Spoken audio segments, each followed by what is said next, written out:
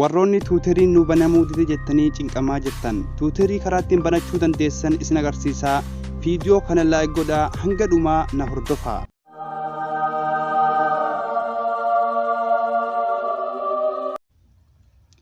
Ashamaa harka fuunee ilmaan Oromoo kabajamtoota fi jaalatamtoota hordoftoonni chaayinaala Abdallah M1 akkamiin nagaa jirtu isin jecha baga nagaan naaf jiraattan nageenyi hiyya guutee laggeen fi gararraan qaxxaamuree isin bira naaf haa ga'u isin jecha kunoo guyyaa har'aatis viidiyoo haarayaa walitti deebinee jirra.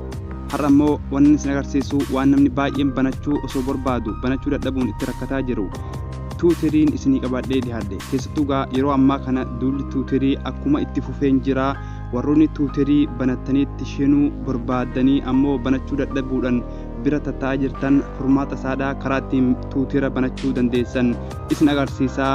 Viidiyoo kana laayik godhaa, laayik gootan malee biran kutina. Maaliif jennaan nafxeenyaan ani waan kana barsiisuudhaaf Oromoon maaliif waan kana banatee gara san seenuudhaaf viidiyoo makiyya kanaa'uu akka marraa ka'uu godhuu dandeessi. Laayikiidhaan ammoo yoo na jajjabeessitan waa tokko hin sodaadhu jechuudha.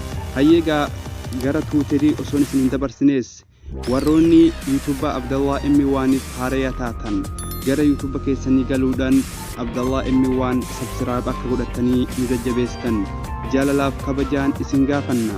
Hayyee viidiyoo isinittiin dheeressuu gara barumsichaan isin deebisa.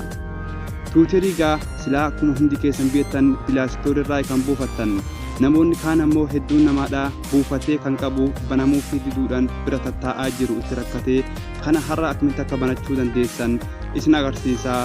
Haga barumsa kana dhumaadhaa viidiyoo sirriitti hordofaa. Hayyeegaa gara tuuterii ni galla amma buufannee jirraa. Tuuteriin isuma kana ni galla keessa isaatii sirriitti seeran viidiyoo hordofaa.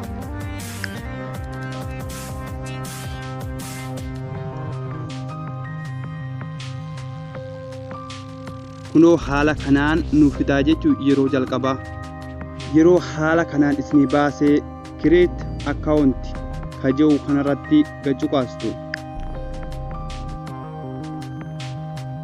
Ergasii kunoo haala kanatti isinii baasaa.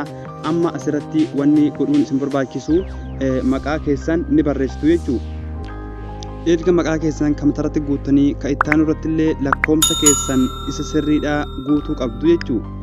Haala kanaan erga lakkoomsa keessan isa sirrii guutanii ka ittaanu irratti illee erga haala kanaan maqaa keessanii fi lakkoomsa keessan ka sirrii ta'e barreessitanii ka gadaanu irratti illee baraa fi guyyaan kana isin gaafatu asiin Januwaar kanumarra kaayattu isa itti aanu illee guyyaan isa barbaaddan irra kaayattu guyyaa mamaa rakkoon qabu. Amma mee guyyaan 27 barri immoo bara dhiheenya kana kaayachuu hin qabdanii bara achi fagoo kaayachuu qabdanii. Kunoo akkuma asirratti agarsiisu bara 1992 irra kaayachuu dandeessu jechuudha. Haala kanaan erga kaayattanii next jettaniini erga haala next jettaniini asitti immoo erga haala kanaan isinii fidee bakka kanatti illee next jettuun jechuudha. Ergasii haala kanatti isin deebisaa. Erga haala kanaan isin deebisee bakka kanatti isumaan xiyyaan isin arsiisu kana irratti gacuqaastu jechuudha. Ergasii okay jettuuni bakka kanatti koodii sim kaardii keessan irratti isinii deebi'uun eeggattu. Kunoo koodii ofumaa isaatiif naa fudhatee jira. Next jettuuni yoo shari'aa mobaayilaa mobaayilii tirtan keessaa qabaattan ofumaa isinii fudhataa. Yoo siimii mobaayilii biraa keessaa qabaattan ammoo dirqama itti guutaa jechuudha. Guutanii hayyee amma erga koodichatti galchine gara kanaan fidee asirratti paaspoortii ja'a. Paaspoortii dirqitiin isaa 8 ol tahe kan imeela keessanii asirratti galchuu qabdu jechuudha. Asirratti paaspoortii galcheen isin agarsiisa.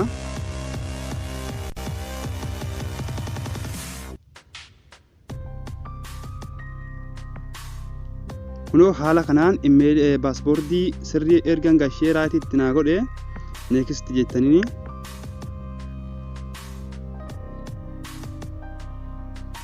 Kunoo kallattimaan gara kana nu fidee jira. Erga amma gara kana nu fidee suuraa profaayilii irratti hidhachuu barbaaddaa jaa. Profaayilii yoo barbaaddan mallattoo jedduu hidhuu kana gattuquudhaan isa gadaanuu irratti filattu mana footoo keessan galuudhaafi.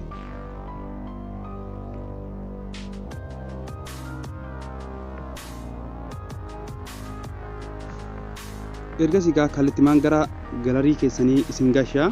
Footoo barbaaddan filachuu dandeessu. Amma mee footoo kiyya kana filadhee isin agarsiisu. Ergasii bakkaan xiyyaan isin agarsiisu kana irratti gaccuqaastu. Raayitii gubbarraa tana irra gaccuqaastu.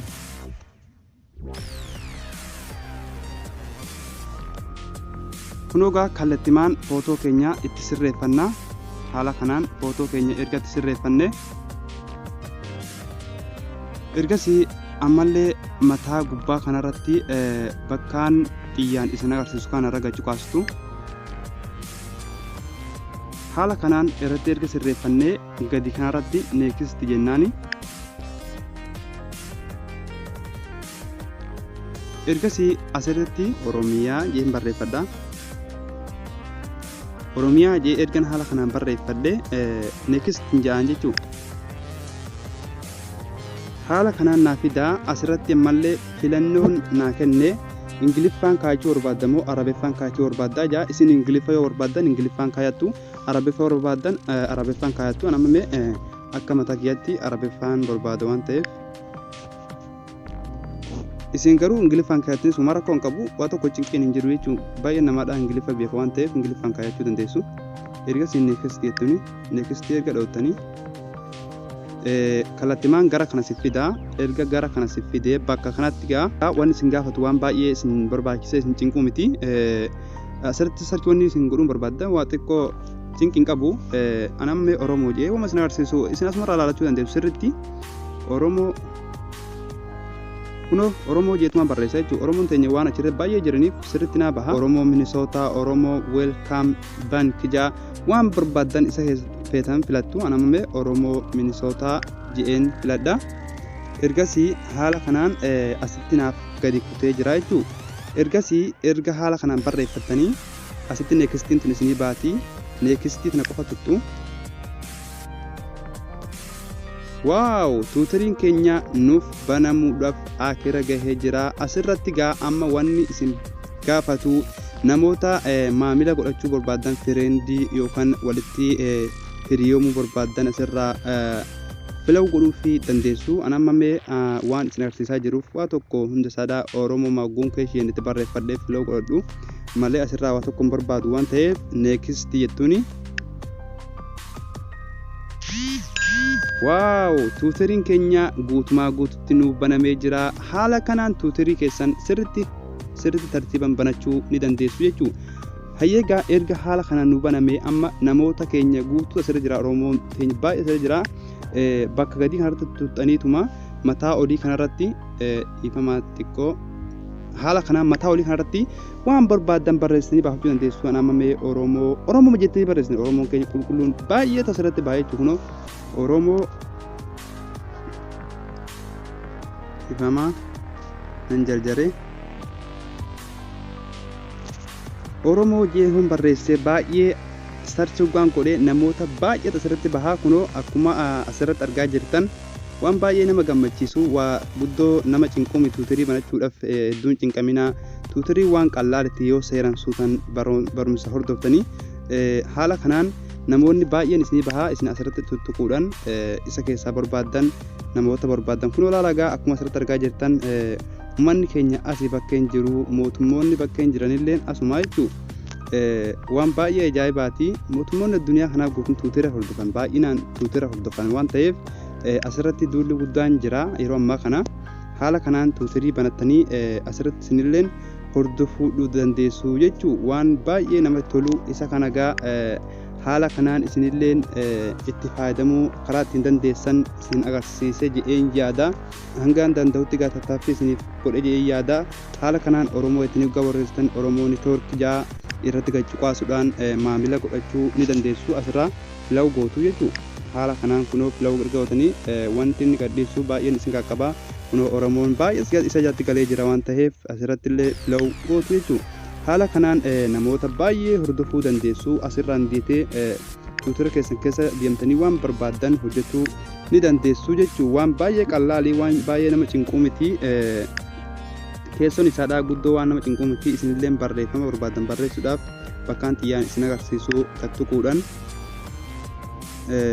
haala kanaan asirratti waan barbaadan barreessuu dandeessu jechuun isinillee waan barbaadan bakkanatti footoo viidiyoo waan barbaadan as keessaa baasuu dandeessu isinis kun akkuma hatu isinii fida as keessaa baaftanii asirratti illee isinillee maxxansuu ni dandeessu erga barreessitanii waan barbaadan erga barreessitanii mataa olii kanarratti bakkaan xiyyaan isin agarsiisuu agartuuttanii irratti illee itti barsuu ni dandeessu jechuun yaada qabdan asirratti baafachuu ni dandeessu kana fakkaataa tuutiriin hangaan danda'u isin agarsiisee je'een yaada bakka dogongoraa namoonni ciccimoon nurra bibbeekumsa qaban hin jiranii isiniif sirreessan je'een yaada nuyigaa hamuu dandeenyii qabnutti isin agarsiisnee jirra jennee yaannaa hanga barumsa biraatti walitti deebinuu Oromoo kiyya nagaannaaf turaa.